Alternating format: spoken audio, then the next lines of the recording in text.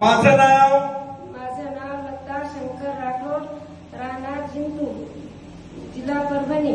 मी येथून आलेली आहे.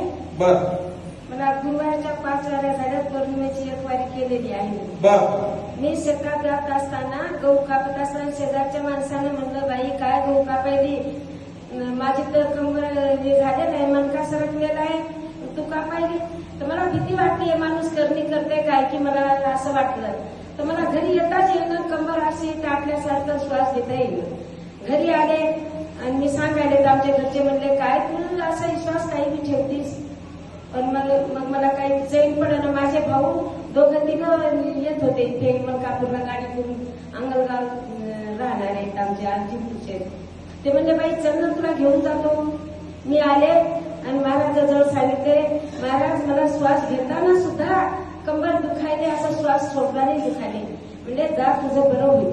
तर मला गुण आलेला आहे, माझी काही कंबर दुखाना आणि आता मला काही दुखत थोडंफार असलेलं मी सांगितले महाराजाला.